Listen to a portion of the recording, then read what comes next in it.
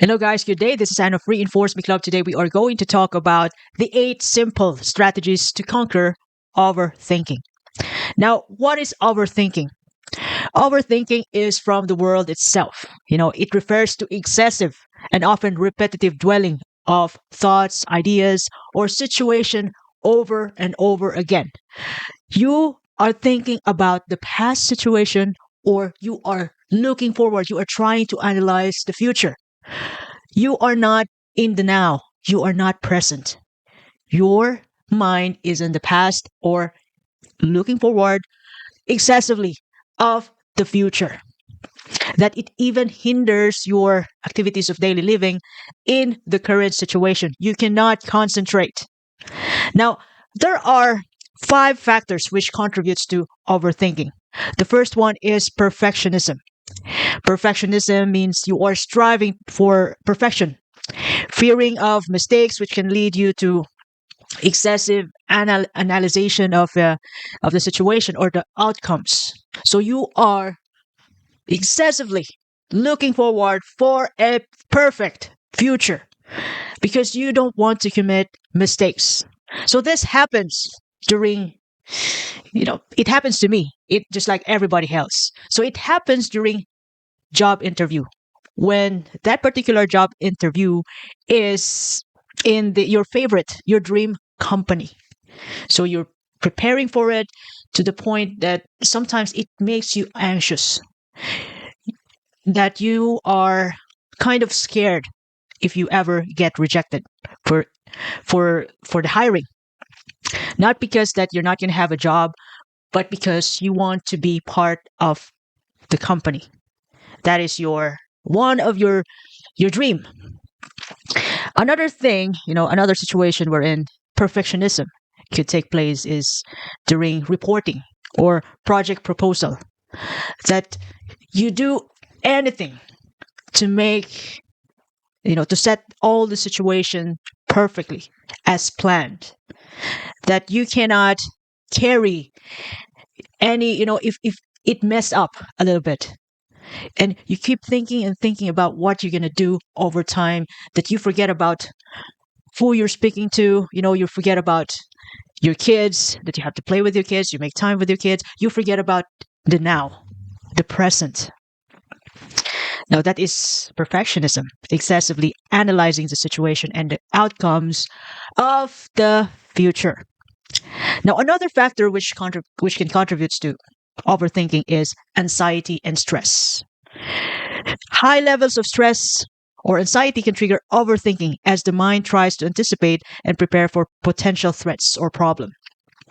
Just like, for example, you get stress, you have some kind of misunderstanding with your colleague today, and you haven't talked about it. So, for example, it happened in the morning. You have a misunderstanding, and you haven't talk to each other yet, and the whole time till the afternoon to the evening to before you go to sleep, you keep thinking about what's happening, what can you do about it. I mean, especially when you think about the idea that it's not your fault, because this guy here is an a-hole, and he couldn't understand. I am trying to give him the idea to make, to get things into flow and we can finish the project, but he couldn't get it. He doesn't want to take my idea. So you keep thinking about the situation, what you can possibly do to really work things out. It's in your head the entire day, that you cannot even concentrate when, by the time when you're about to go home, and when you are at home, you keep thinking about it while your kids are talking to you. You forget about the present, and that also makes you anxious because what am I going to do the following day? Am I going to talk to him, your colleagues? Am I going to, gosh, eat my pride and apologize? You're still not over it. And that is anxiety. You're thinking about the past, and you are excessively thinking about the past and what's going to happen tomorrow. Another thing which can contribute to overthinking is traumatic experiences. Traumatic experiences are past traumatic happenings that can create a pattern of overthinking as individuals try to avoid similar negative outcomes. Just like, for example, in my, I got scammed before by a man who wants to do a job in the house. And I find out that he didn't do the job right, but I paid him. So I was really, you know, upset about what happened. That how can a person do this to someone who's innocent enough to really venture the world, who took advantage? So I keep thinking about what happened, how many ways I could really change the situation. What am I going to do with him, and what can I do in the future to prevent that? So that is this is one of my traumatic experience, that to the point that I slept late, but it helped me. It helped me because I learned something from it, and I have found the people who are rooting for me, who's willing to help me, during that downtime. So traumatic experiences, there could be other traumatic experiences from other people. Like, for example, my friend who is now, we're in the same age, we are 30 plus, and she was beaten by a dog when she was 12. So whenever she sees a dog, regardless of the size of the dog, even the small little dog, gosh, it gives her a kind of hysteria, like she wants to run away from it badly. Like, even if the dog is friendly, like, the tail is wiggling going towards her, gosh, she doesn't. It gave her chills. She doesn't want to get near to any dog, even to the most gentle dog, because she got traumatized by that situation wherein she got bitten. And somehow, yeah, so far she didn't get the rabies, but her parents keep, way back that time, keep bringing out that possibility, and it badly traumatized her. But so far she's in a good situation right now, but she just don't get near to a dog. Even, she got a kind of a distance criteria from any dog, because she was bitten by a dog. Where other people could have other traumatic experiences and they still keep thinking about it. Sometimes there are some triggers wherein, they got a trigger, and then it will take them for a couple of days to really get over about the same thoughts over and over again. That is traumatic experiences. And another factor which can bring out overthinking is lack of confidence. Low self-esteem or confidence can cause individuals to doubt their abilities and decisions, leading to overanalysis. Like, for example, let's just, I'll bring out my personal experience to this. The first time I tried to make a sale, I tried to make a proposal. So I was selling vitamins way back that time, and I was selling vitamins to my colleagues. This is a high-end brand, which is proven and tested, and it's even in the stock market in a certain country. So I was selling this products, and I keep thinking about, what am I going to say? What am I going to do? How am I going to sell this? After I really make an appointment with those people. So I keep rehearsing, because I have no idea. I know what to say. I know what to do, but I don't know how to close the sale. And indeed, I didn't close the sale. And it was, for me, that was a terrible situation, but I learned from it. And I really managed to really take note why I got rejected. Why? What did I say? What did I do? Or did I, is this the right customer? Maybe I didn't pick the right customer, because some people doesn't need your product. I mean, 0% that they don't need it. You have to pick the right people who needs your product, and then that's the time you can try to sell them.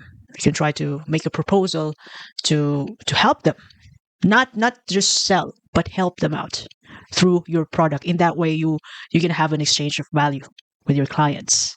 So low self-esteem, and when you have low self-esteem, you have zero confidence to make a decision. That to the point that you can even make a desperate decision. Desperate. And you are thinking up ahead, what are you going to do tomorrow? What are you going to do during the cell, presentation? What am I going to do during the reporting? And that even leads you to, you know, analysis paralysis, that you cannot make a decision because you're not confident enough. Now, let's move on to the last factor which contribute to overthinking, which is fear of failure or rejection. So the fear of failure or rejection can prompt individuals to overthinking the situation, trying to predict and prevent negative outcomes. So fear of failure or rejection, well, this happens when fear of failure or rejection. Now let me bring this out. This happens when you are suspecting your boyfriend or partner, if that person is cheating, you got some suspicion. Oh my gosh, are we going to break up? I've seen his likes on that woman. He's looking at that woman there. Am I not beautiful enough? Am I so imperfect to him? Does this person love me? That's overthinking. And are we going to work out? Are we going to break up? Oh gosh, that is fear of rejection. Am I rejected now? The relationship wouldn't work. So that's overthinking.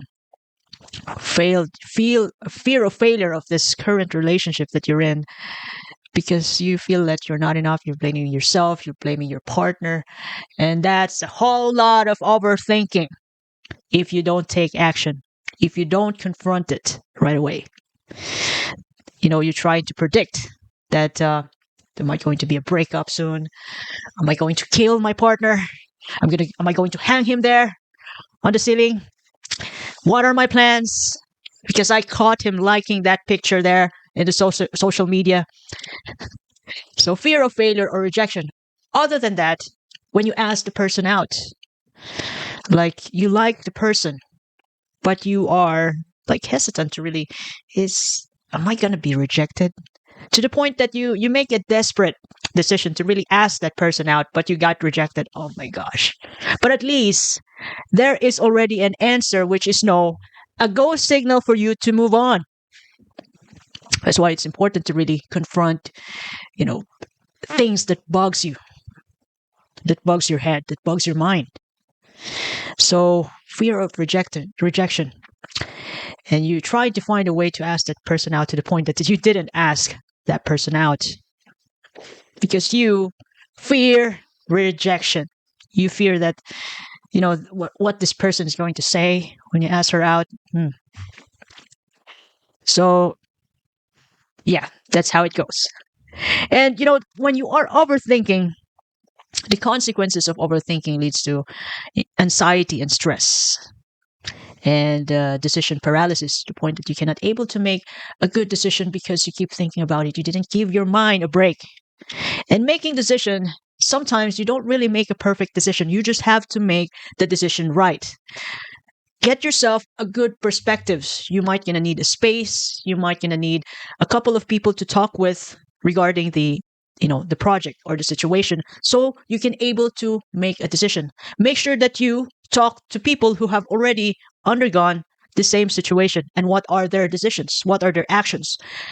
Of course, make sure that those people are smarter than you, so you can able to make, arrange, set up a good option for you, so you can make the decision right. Not perfect, but you are willing to stand on that decision, whatever it takes. Even if it's the end of the world, you're going to stand on your decision 100%.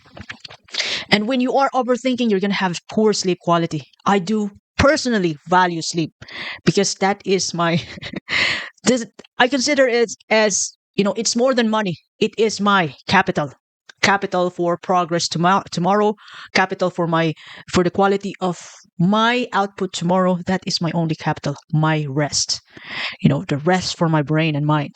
And if you're overthinking, you're going to have poor sleep quality. It disrupts your sleep pattern, leading to insomnia, restless sleep, exacerbating fatigue and stress. And when you're overthinking, you're going to have a relationship strain.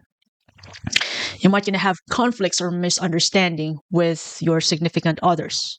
They might not gonna understand what you're going through because you're not in the now. You're not in the present. Sometimes you couldn't even tell them what happened, what the heck that happened, which is already way past 3 days ago. You just didn't get over it. And it's going to create a strain in relationship because those people around you need you, especially your family, and they are entitled to that. And you know this is really the moment wherein you really have to confront to sometimes you need help. And when you are overthinking, in the most part, you're going to, your productivity will be reduced. Sometimes you're not even productive at all. You stay on your bed thinking about the situation over and over again. Well, this happens on breakups. Sometimes it extends for months. To some people, it will only take 1 day, 2 days, 3 days on the bed for a bad breakup. And then you've decided, just period of time, I am going to cherish the moment of grief because of the failed relationship that I have. And then after 3 days, I swear to God, I'm going to move on. So you keep thinking about it for the period of 3 days. If that is important, then why do so? But in some point, overthinking can reduce your productivity. Now, here are the 8 ways, 8 strategies to help you out conquer overthinking. Now, the first strategy is there goes the entry of mindfulness.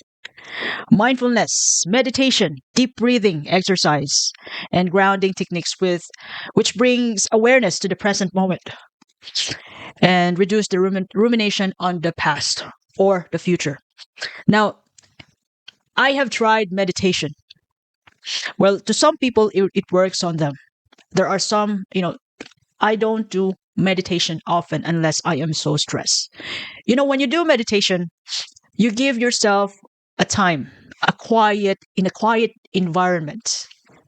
For me, I do it 3 to 10 minutes, sometimes 3 to 5 minutes. I silence my mind and then I let it work. What did happen? I think I keep thinking about the past experience, negative thoughts. I watch my mind. What are the thoughts in my head while I'm breathing quietly? At least I have the opportunity to do that as of this moment. So I just watch my thoughts. And the next thing I do after 10 minutes and I'm tired of looking at my thoughts there in the quiet times, I write down the problem and then the situation. I write down the problem and then the solution. So this is what I'm going to do tomorrow. And it helped me out get some sleep. It helped me argue against my head that no, we'll do this tomorrow and then we're going to get some sleep. It helped me get through the day. Meditation and journaling. Meditation focusing, when you just try to observe your own thoughts, you just have to be quiet and breathe. And when you you observe your thoughts, you know the problem, you spotted the problem. Now this is where I'm going to focus. And then you write it down. You write down your problem and then the solution. You have already a complete grasp of your problem right there on that piece of paper. You can hold it and you can do something about it. It helps you get through the night. For me, it does. It did help me. And that's what I'm doing at times when I get stressed at work and get other happenings. It helped me. Meditation, not all the time I do meditation, but I do journaling. And when I got upset to someone, deep breathing. And when you're deep breathing, it gets you high quality of oxygen going to your brain. And then that period of time, you can create solution right away. That you can confront the problem right away with calmness. Just give yourself a space. That is mindfulness. Well, to some people, they're quite serious about it. Sometimes they kind of woo-woo to the point of woo-woo about mindfulness. But if you can use this really. For practical reason, you can use this anywhere. Mindfulness. And the second strategy is to set time limits for decision making to avoid over analysis to paralysis that you cannot able to make a decision.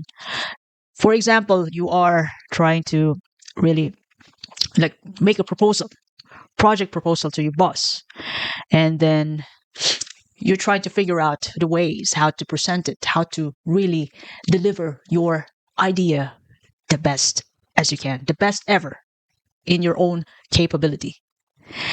You set time limits for decision making that you tell yourself that whatever will be the outcome of this, of my effort, with all of my best, I am willing to take it.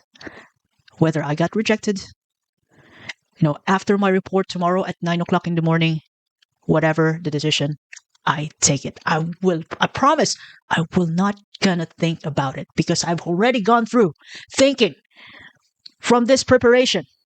So that's how you set limits for decision making. Limit the time you spend analyzing a decision or situation and commit to making a choice within a reasonable time frame to avoid prolonged overthinking. Just do your best 100% and take the decision. Take the results. Learn from it, even if you don't get it. The key to success sometimes is rejection. When you get rejected, the stronger you can be the next time around, to the point that you'll be able to get the thing that you really want most in different ways. It even makes you more flexible. And number 3 is challenge your negative thoughts. So challenge negative thoughts or irrational thoughts by evaluating evidence or considering alternative perspectives to gain a more balanced outlook. So challenge your negative thoughts means you just argue with yourself. If you have negative thoughts in mind that tomorrow you're not going to make it, the boss will surely reject your project proposal because your boss doesn't like you, doesn't give a heck about you, and you keep thinking about it, and you challenge that thought. You challenge your thought by preparation. You challenge your thought by evidence-based report, that will be presented by you tomorrow. You challenge your thought by 100% preparation to meet that opportunity. Argue with yourself. If you cannot win an argument with yourself, make it evidence-based. Try to search on the internet that a percentage of a couple, like this is the percentage of a couple who breaks up when they cheat. But these are the percentage of a couple who learn to work out to overcome the challenges in their life when they forgive each other. Make it evidence-based. If you can win an argument with yourself, argue with yourself. And that's also one way to really go out from your comfort zone. Another thing is number 4, engage in positive activities. Distract yourself from overthinking by engaging in activities that bring joy, relaxation, or fulfillment, such as hobbies, exercise, spending time with your loved ones, with your kids. So another thing about exercise, when you are overthinking, like you really had a fight with your partner, terrible fight with your partner, you can't get over it. You might be thinking that, gosh, you might be breaking up tomorrow or anytime today. Just work out. Working out. Work your pain out to the point that it's going to give you an idea. And the idea will. But sometimes you just have to apologize. And if you can't take that, if you can't swallow your pride, there might be a possibility that you're going to break up. And you can get that idea by working out, by doing your hobbies. You know what to do. Sometimes you just refuse to do it. And there you go, the consequence follows. Our body, our mind, it knows what has to be done. Sometimes we just refuse to do it. So engage in positive activities so you can cultivate options, ideas, and you can even forget about what happened. And when you are overthinking, sometimes you just have to, for me, all the time, stay away from the triggers and engage in positive activities like exercise, hanging out with your loved ones, with your friends, with kids while you're staying away from the triggers. And I know it takes time, but it goes away. That negative energy, negative thoughts goes away in time. So you just have to do your part. And number 5 is seek support. Talk to your trusted friends, family members, or therapists about your concerns and thoughts to gain perspectives and support in managing overthinking patterns. Yes, indeed, sometimes we need to talk it out.